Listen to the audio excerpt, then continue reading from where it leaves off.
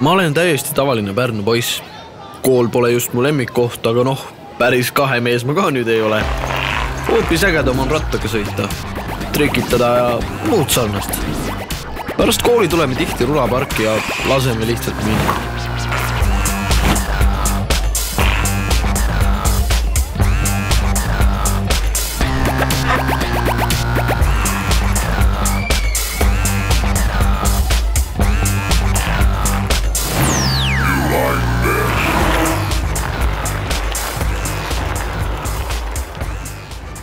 Seoses Pärnu linnavallide lammutamisega hakati aastal 1860 andma välja uusi krunte.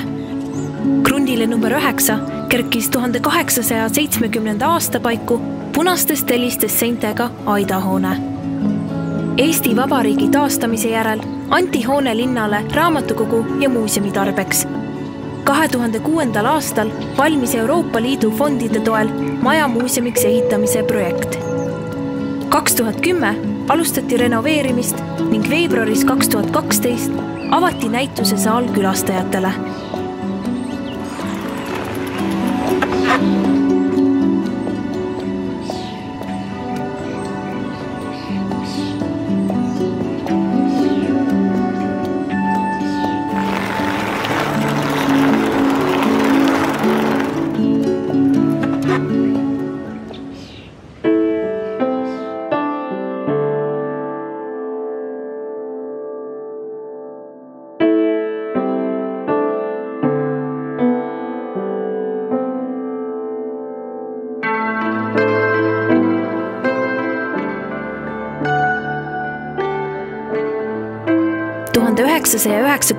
aasta maikuus leiti Pärnu jõest jahtklubi Sadamasilla äärest umbes 1 meetri sügavuselt seni tundmatu laeva vrakk. Nagu selgus, oli tegemist Koge vrakiga. Koge on keskaegne purjelaev. Eestis oli need kasutusel peamiselt Hansalinnadega kauplemisel.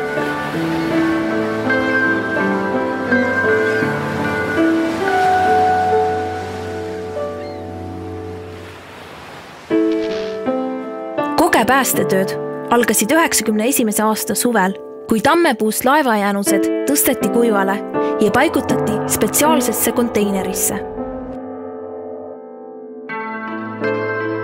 Puiduproovide analüüsid dateerisid selle vahemikku 13. sajandi lõpp kuni 14. sajand.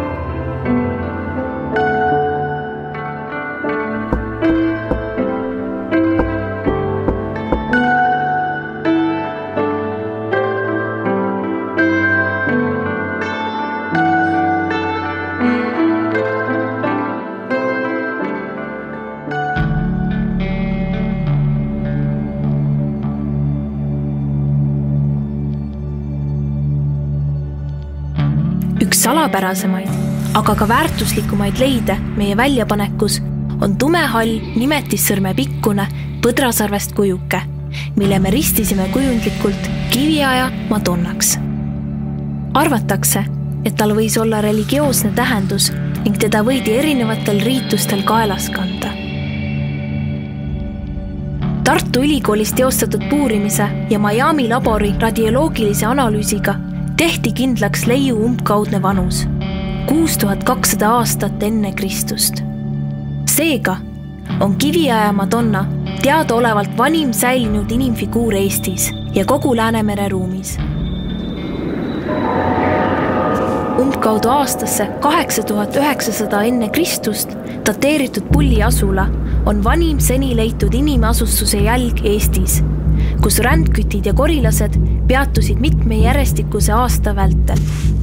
Vanimad asukad saabusid Eesti alale jääaja lõpul 10 kuni 11 000 aastat tagasi.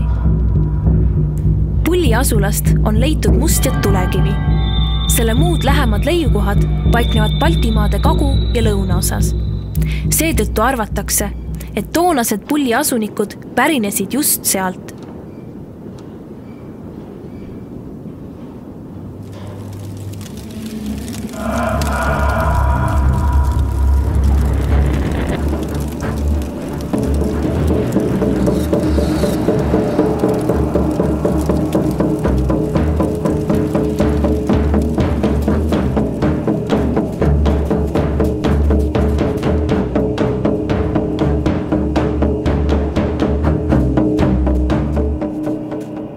tänapäeval ei ole kiviaegsest Pulli asulast enam midagi säilinud. 17. sajandi keskel võttis siin valitsenud Rootsi riik ette Pärnu kindlustuste täieliku uuendamise. Selleks kuulutati välja konkurss, mille võitis Rootsi sõjaväeinsener Paul von Essen. Ta töötas välja Pärnu kui ideaallinna põhimõtted, millega linna territoorium kasvas enam kui 2 korda. Linna kvartalid jaotati täisnurkseteks ja Turuväljaku ümber tekitati linna uus keskus. Linna peatänavaks sai Rüütli tänav, millega paralleelselt kulges Kuninga tänav.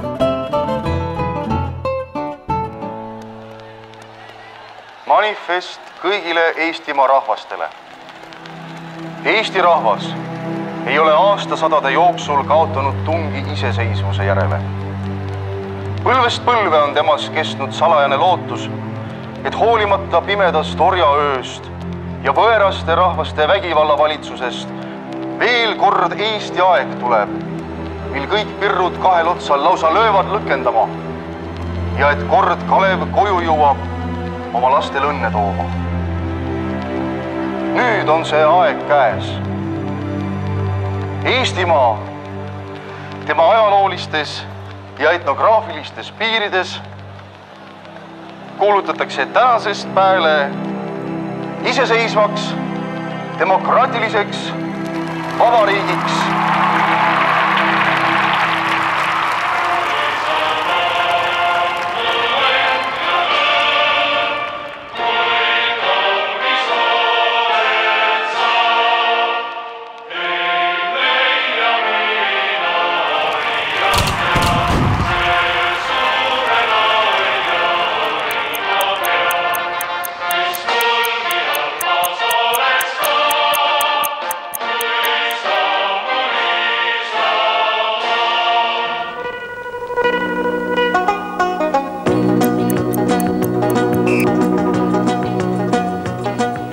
Pärnu puidutöötlemiskombinaadi viisnurksuusatsehh on tunduvalt suurendanud võistlussuuskade tootmist. Alustatud on ka plastiksuuskade tootmist. Möödunud aastal tehti neid 500 paari. 1980. aasta plaan näeb ette 6000 plastiksuusapaari valmistamist. Endiselt jätkub rahvasuuskade tootmine.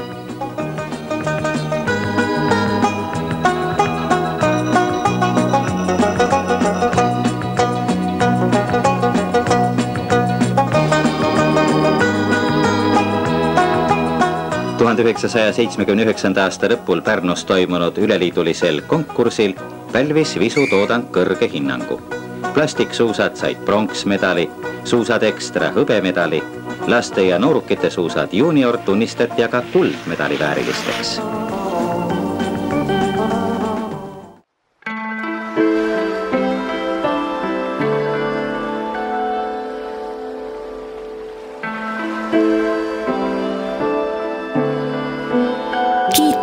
Pärnu suppelusalmanakist. Ta jäi meelde Eesti linnade sarjast ühena kõige ilusamaist. Täis oma erilist ilmet, seiklusimu ja mereikatsust, mis ikka omane sadamalinnadele ja samas täis peaaegu sisemaist rahu, intiimset kaitset, mida hoovab puiestikude ja istutiste haruldasest rohkusest. Mõistan hästi, et Pärnus on läinud suvel käinud 1300 soomlast. Sooviksin nende arvu kasvamist 10-kordseks.